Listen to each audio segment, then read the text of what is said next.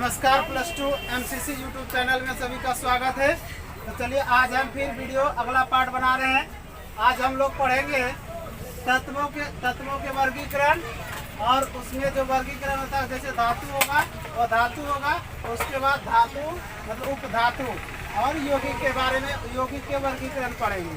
तो अगर चैनल पे नए हैं तो चैनल को सब्सक्राइब करें और शेयर करें, घंटा वाले बेल को दबाने के लिए नहीं भूलें। तो सबसे पहले हम लिखे हुए हैं यहाँ पे कि तत्वों के वर्गीकरण। क्वेश्चन हो जाएगा कि तत्वों के वर्गीकरण कितने भागों में हुआ है। तो हम लिखे हुए हैं गुणों के आधार पर तत्वों के मुख्यतः दो वर्ग में होते हैं। गुण के आधार पर कितने होते हैं? दो होते हैं। पहला क्या लिखा है कि धातु, एक नंबर में धातु, उसके बाद अधातु। तो धातु अधातु क्या होता है, अब उसका परिभाषा हम लोग पढ़ेंगे। तो यहाँ हम लिखे हुए हैं धातु, धातु का इंग्लिश होता है मेटल। तो क्वेश्चन हो सकता है कि धातु किसे कहते हैं, या धातु को परिभाषित करें, या धातु किसे कहा जाता है। तो हम उसका आंसर लिख चुके हैं कि वैसे तत्वों को धातु कहते हैं जिसमें चमक हो, जिसमें चमक हो, आघात वर्धीय तथा तन्य हो और तनन क्षमता, उष्मा और विद्युत के सुचालक और ठोस अवस्था में पाए जाते हैं। तो उसे हम लोग क्या कहते हैं? धातु कहते हैं। जैसे हम लिखाए हुए हैं कि सोडियम, पोटेशियम, लोहा, तांबा, ईटीसी। अपवाद में आपका चमकने का बात हो रहा है तो पारा भी एक तरह से चमकता है, पर वह धातु है नहीं, लेकिन उसका अपवाद में धातु के गिनती में रखा जाता है। तो फिर से हम परिभाषा को समझा रहे हैं कि वैसे तत्व को धातु कहते हैं जिसमें क्या होना चाहिए? चमक होना चाहिए, साथ ही साथ आघात वर्धनीय तथा तन्य, मतलब किसी को हम टाइट कर मतलब खींच सकते हैं। उष्मा और सुचालक, जिसमें विद्युत क्या होना चाहिए? चालू होना चाहिए, इलेक्ट्रिसिटी। उसके बाद सुचालक हो और ठोस अवस्था में पाए जाते हो तो उसे हम लोग क्या कहते हैं? धातु कहते हैं। जैसे में सोडियम, पोटेशियम, लोहा, तांबा, ईटीसी और अपवाद में आपका पारा होता है। तो अगला क्वेश्चन क्या है कि धातु, ये धातु समझ गए। अब वो धातु क्या किसे कहते हैं, जिसको हम इंग्लिश में नॉन मेटल कहते हैं। तो क्वेश्चन हो जाएगा कि उपधातु किसे कहते हैं, या उपधातु की परिभाषा दे। तो वैसे तत्वों को उपधातु कहते हैं जिसमें चमक, आघात वर्धनीय तथा तन्य और भंगुर एवं उष्मा और विद्युत का कुचालक होते हैं तो उसे वो धातु कहते हैं। इसमें स्पष्ट रूप से कह रहा है कि जिसमें चमक नहीं हो, चमक नहीं हो, आघात वर्धनीय तथा तन्य और भंगुर हो।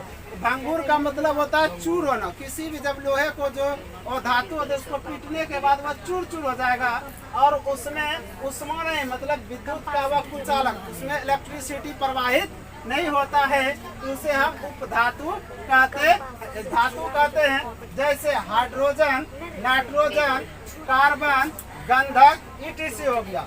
और अगला इसका कहता है कि धातु ठोस, द्रव और गैसीय तीनों अवस्थाओं में पाए जाते हैं।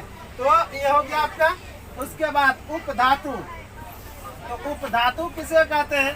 उपधातु का क्वेश्चन हो जाएगा, उपधातु किसे कहते हैं? उपधातु को परिभाषित करते हैं। उसके बाद वैसे तत्व जिनमें धातु और अधातु के दोनों कुछ गुण रहते हैं। जैसे मान के चलिए धातु का गुण क्या है कि किसी भी तत्व को जब पीटते हैं तो आवाज करता है, और वो धातु को क्या करते हैं? पीटने के बाद टूट जाता है। उसी को हम लोग क्या कहते हैं? उपधातु कहते हैं। मतलब धातु और अधातु का दोनों गुण उपस्थित होते हैं, उसे हम उपधातु कहते हैं। जैसे में हम लिखा चुके हैं यहाँ पे कि arsenic, silicon, germanium, antimony, bismuth, etc, ये आपका हो जाता है उपधातु का उदाहरण होता है। तो हम समझा दिए कि वैसे तत्व जिनमें धातु और धातु दोनों उपस्थित होते हैं उसे उपधातु कहते हैं। उसके बाद फिर आता है ये धातु, धातु उपधातु समझ गए। अब आता है यौगिक। यौगिक का इंग्लिश होता है कंपाउंड।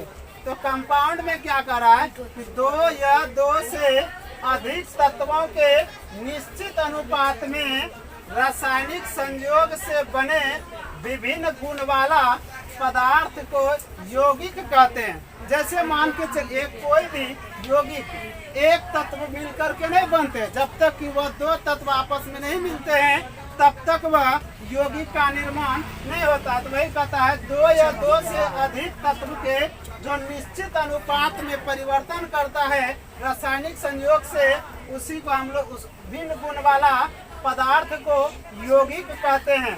जैसे हम लिखे हुए हैं जल, कार्बनिक, कार्बन डाइऑक्साइड, अमोनिया, ETC। जैसे मान के चलिए जल क्या आता है, जल का होता है H2O। तो इसमें आपका दो तत्व मिला, एक हाइड्रोजन मिला, एक और ऑक्सीजन मिला। तो ये दोनों मिल करके एक तत्व का निर्माण किया। फिर उसी तरह जिसमें कार्बन डाइऑक्साइड का होता है CO2, ठीक है। तो CO2 इसमें भी दो तत्व मिले, एक कार्बन मिला, एक ऑक्सीजन मिला, तो दोनों मिलकर एक तत्व का निर्माण हुआ। तो वही कहता है यौगिक का।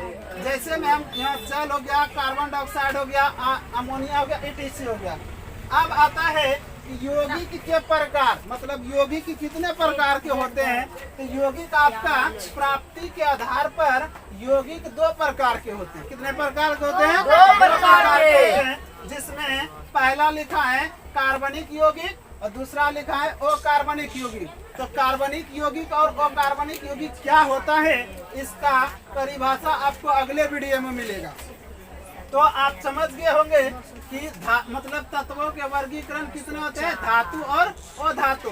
तो धातु आप समझ गए जिसको हम पीटते हैं या खींचते हैं, जो चमकता है उसे हम क्या कहते हैं, धातु कहते हैं। और अधातु किसे कहते हैं, जिसे हम पीटने पर क्या होता है, बस चूर हो जाता है, भंगुर हो जाता है, जिसे हम तान नहीं सकते हैं और जिसमें चमक नहीं होता है और जिसमें बिजली का प्रवाहित नहीं होता है, उसे हम क्या कहते हैं, धातु कहते हैं। और वो धातु का मतलब दोनों मिलकर उपधातु का निर्माण करता है। तो उपधातु का निर्माण जिसमें कि क्या कहता है, धातु और अधातु के दोनों गुण मौजूद होता है, उसे उपधातु कहते हैं। जैसे आर्सेनिक, सिलिकॉन, जर्मेनियम, एंटीमनी, ये सब हो गया आपका।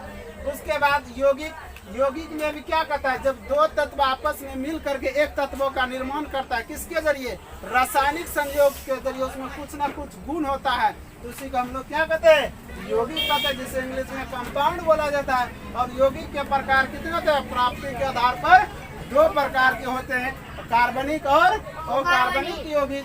तो इनको हम पढ़ेंगे अगले वीडियो में। तो वीडियो लास्ट तक जरूर देखें और वीडियो चैनल को शेयर करें और सब्सक्राइब करें, घंटा वाले बेल को दबाने के लिए नहीं भूलें। तो मिलते हैं नेक्स्ट वीडियो में। Thank you.